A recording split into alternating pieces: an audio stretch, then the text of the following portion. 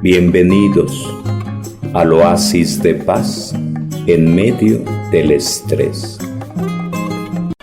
Y lo que yo hice para poder dar mi tema, tuve que leer no todos los libros de Ruth, de Tobías, sino nada más darle un repaso y sacar lo más importante.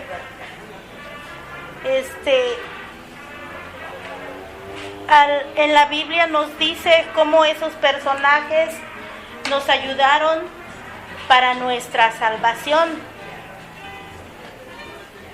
De diferente forma, pero cada uno tuvo una misión, ¿sí? Y es la que tenemos todos nosotros. No nada más los personajes o las personas que sobresalen en la Biblia, sino la misión es para todos nosotros. No nada más, les decía yo el sábado, para los que pasamos y damos un tema, o para los que venimos a una preparación, sino que son diferentes misiones, diferentes llamados, pero lo importante de cada uno de nosotros es el poder descubrir ese llamado que Dios nos hace. Ese llamado Dios nos hace a través de diferentes formas, ¿sí? A las madres de familia les da ese llamado para que sean buenas madres de familia y sepan llevar por el buen camino a sus hijos. Así cada uno también de estos personajes que tenemos en la Biblia, en el transcurso de su vida, así llevaron a esa gente, digamos, a la que Dios le había dicho que tenía que llevar por el buen camino, ¿sí? Y tenemos así, bien, no recuerdo exactamente, ¿no? Pero del que como que me quedó más fue lo de Tobías, ¿sí? Cómo Tobías tuvo una misión de que él tenía que recobrar una herencia de su padre, pero esa herencia la habían hecho a través de un documento, su papá y otra persona. ¿Y qué hicieron con ese documento? Lo partieron por la mitad y uno le quedó una parte y el otro le quedó otra. Pasó el tiempo y entonces el papá de Tobías, que se llamó Tobit, él le dijo que tenía que ir a recuperar esa herencia que iba a ser para él. Y le dice que tiene que ir porque él se encontraba enfermo. Pero también le dice, tú tienes que buscar a una persona que sea de confianza, ¿sí? No nada más le tenía que decir, ve y agarra a cualquiera, ¿no? Que es lo que nosotros tenemos que depositar también, la confianza en las demás personas, y es lo que nosotros no hacemos, ¿sí? Porque nosotros vemos a las personas y decimos, es que yo no confío en ella, ¿sí? Pero aquí nos está mostrando que nosotros debemos de tener confianza a cualquier persona, ¿sí? Luego, Tobías, a la persona, digamos, que él escoge, podríamos decir, pero no la escoge él, sino esa persona se la manda a Dios, que es un ángel. Y ese ángel le dice que él lo va a acompañar y recorre su camino. Después, más adelante, ellos se encuentran en un río y Tobías baja a lavarse los pies y un pescado dice que le quería comer el pie. Él se asusta, pero el ángel le dice, no tengas miedo, atrapa ese pescado. Y le dice, ¿para qué? A lo mejor para comer, ¿no? Pero el ángel le dice que no, que lo abriera y que le sacara el corazón, el hígado y la hiel, creo, me parece, ¿sí? Porque esas iban a ser medicinas que él iba a ocupar más adelante. A lo mejor en ese momento Tobías pues no lo entendió, pero ¿qué hizo él? Escuchó lo que el ángel le había dicho, ¿sí? Y ya cuando él llega al lugar donde tenía que recuperar su herencia, esa persona tenía una hija, pero esa hija dice que estaba poseída por un mal espíritu.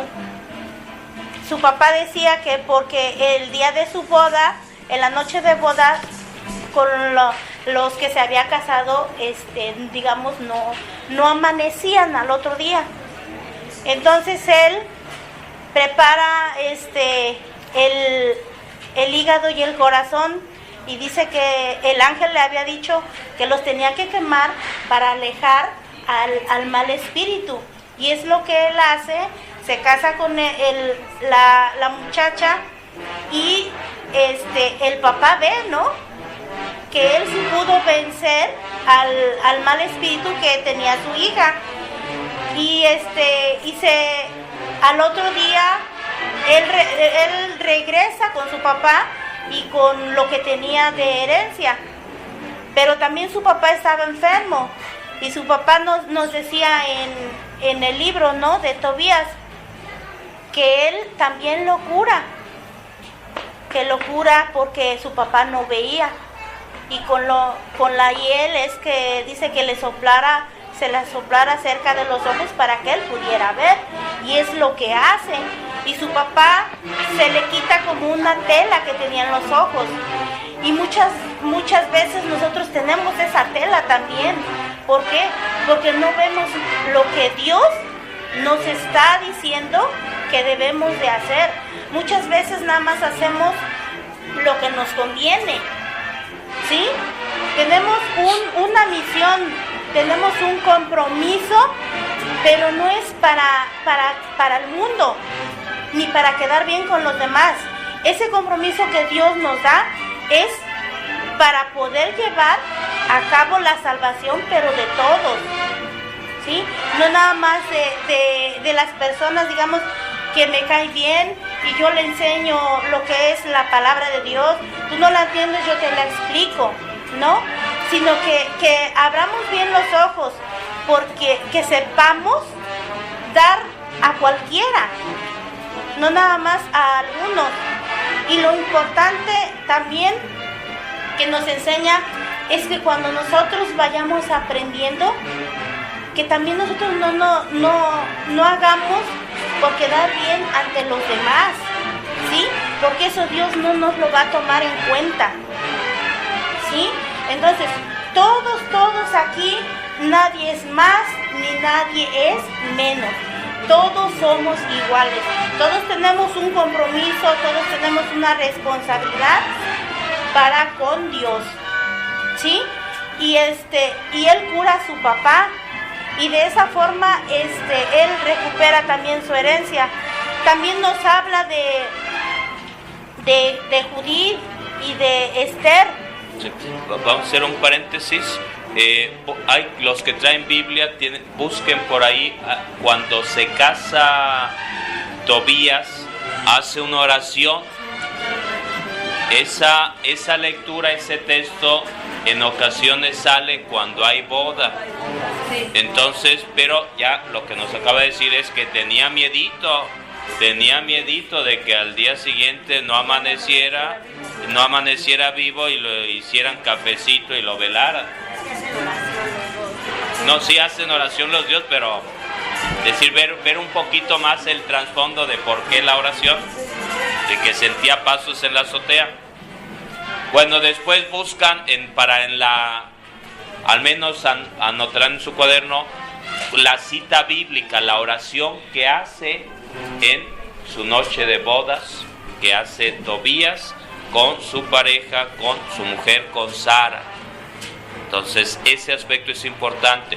Otra pregunta, aparece el ángel guiando a Tobías hacia el camino de la felicidad. Entonces el punto es, ¿qué ángeles te han acompañado en tu vida? ¿Qué ángeles ha enviado Dios para que te acompañe en el camino de la vida? Entonces ese aspecto también tenemos que remarcar. El punto es miren, tendremos que ir planteando preguntas para la gente. Entonces tenemos que sembrar interrogantes, preguntas. No podemos darle todo mascado. No, todo peladito y a la boca, no. Si tenemos que plantear interrogantes. Jesús plantea varias veces: ¿qué dice la gente de mí? ¿Qué dice la gente que soy yo? Entonces, ¿crees que puedo hacerlo? ¿Crees que puedo sanarte? ¿Tienes fe? Y un sinfín de preguntas que plantea Jesús. Entonces tendremos que ir aprendiendo que del tema tal, que del tema... Entonces, tendremos que pedirle esa luz a Dios para saber plantear una pregunta. Y en el tema que haga uno, ir planteando 2, 3 preguntas donde pueden responder aquí en caliente luego, o si no, que al menos se siembre esa pregunta para que después venga la respuesta. Dice Jesús: Saulo, Saulo, ¿por qué me persigues? Saulo, Saulo, ¿por qué me persigues? Entonces, entender no es la pregunta para Saulo y se acabó la historia, no, sino es decir, es ese interrogante que Dios me hace, que Jesús me hace, con esta pregunta específica. Entonces, seguimos.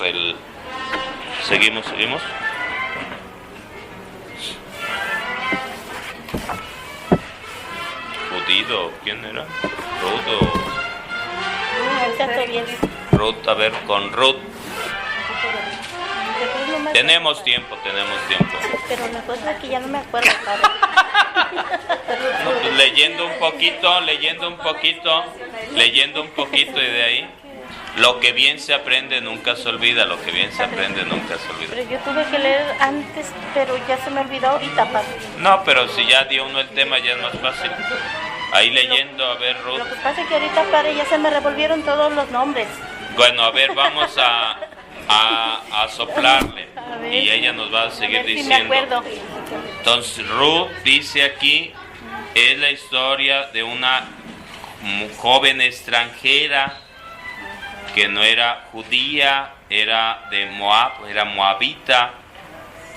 En el pueblo de Israel estaba, y lo decía ayer, estaba muy marcado lo del pueblo elegido, y los demás que les vaya bien, gracias, eran considerados extranjeros. Y en ese ínter es donde aparece esta mujer que tiene una misión que cumplir. Es una misión que cumplir donde Dios quiere la salvación para todos, no nada más para los judíos, y es un parteaguas, es en este caso Ruth. ¿Por qué? Porque va apareciendo ahí, y el pueblo de Israel reconoce este libro como sagrado. Y sobre todo lo que remarcaría, que estamos hablando Ruth, Judith y Esther. Ruth, Judith y Esther, de estos 4 personajes del día de hoy, 3 son mujeres, y ahí es donde todos, hombres y mujeres, pero más sobre todo las mujeres, tendrá uno que saberse el personaje, la historia, lo que Dios quiere comunicarnos, pero en este caso uno como mujer, ¿qué puedo aprender yo para echarle gas? Remarcando, no únicamente es algo para las mujeres, es para todos, pero sobre todo entendiendo que la mayor parte de los libros de los patriarcas y los personajes aparece el hombre en primer lugar, y pareciera que la mujer, bien, gracias. Entonces, por ello remarcar más este aspecto de estos personajes. A ver qué le pasó a Ruth, con quién se casa Ruth, qué pasa con Ruth. Se casa. Ahí dice Ruth tenía la que quedó joven viuda. Sí, la joven viuda. Ella, y luego, ¿qué más pasó con la joven viuda? Como no, con su esposo no tuvo descendencia, la ley le tenía que decir que decía que tenía que casarse con un pariente cercano a su esposo para que pudiera tener descendencia, digamos, por parte de su esposo. Entonces ella se casa con un primo, me parece, con un primo, y Dios le concede el milagro o el deseo que ella de ser madre. Y ella tiene un hijo, digamos, para que siguiera la descendencia de los antepasados de Jesús. Sí,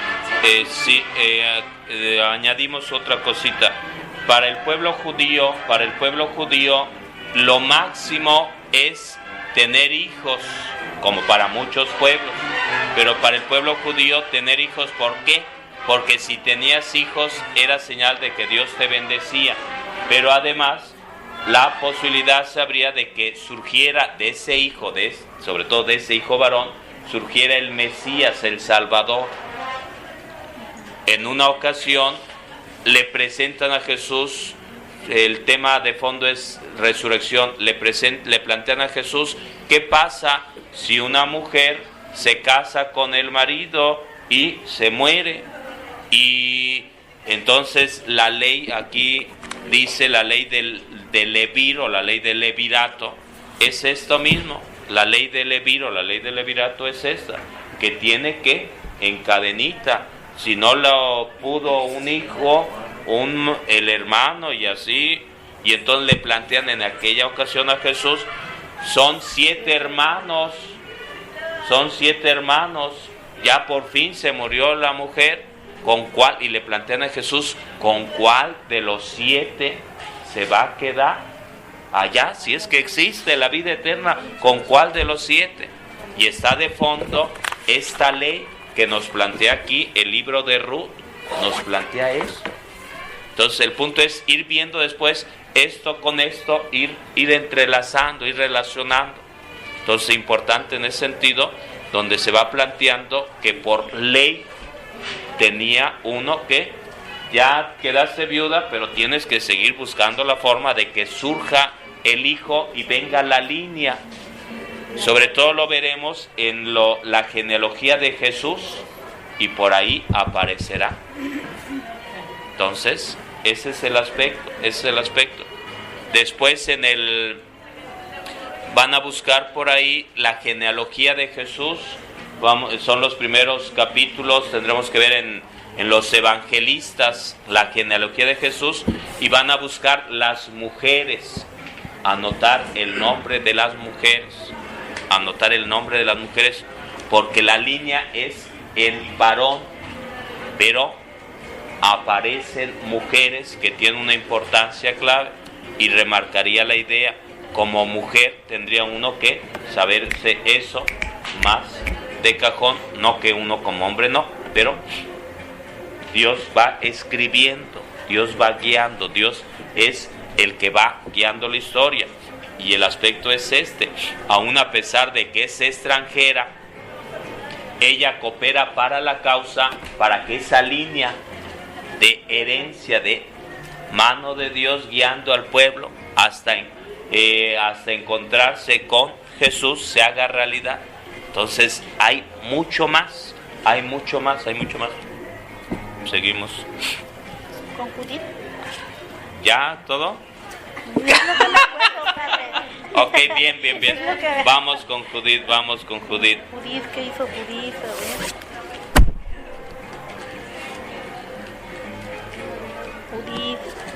Judith, que tuvo una fe firme en Dios, ¿sí nos habla? Bueno, ahí lo que yo nada más pude leer de Judith, que fue una persona, una mujer que su fe fue siempre fiel a Dios. Ella nunca dudó de la fe que tenía ella en Dios. Incluso es la que hace una pregunta donde dice, ¿quiénes son ustedes para cuestionar a Dios? Que muchas veces nosotros decimos, ¿por qué no me concediste esto que yo te pedí? ¿Por qué no me escuchaste? Y le pedimos a Dios cosas que a veces nunca nos detenemos a pensar si nos la merecemos, ¿sí? Muchas veces vemos a Dios como un Dios mágico, como que si Dios tuviera una varita y nosotros le vamos a estar pidiendo las cosas y pues va a decir al momento, ¿sí? Y ella no, ella siempre su fe la depositó en Dios, ¿sí? Ella siempre estuvo, digamos, cuando había personas que dudaban o que no iban de acuerdo a lo que Dios quería, es cuando ella les decía que por qué no creían esas personas en Dios, porque no tenían esa fe firme, ¿sí? Que se veía, digamos, a través de lo que uno va viviendo día con día. Y como nosotros, al poder amanecer, es por obra de Dios. Nosotros en el transcurso del día lo vamos pasando también, pero es por obra de Dios.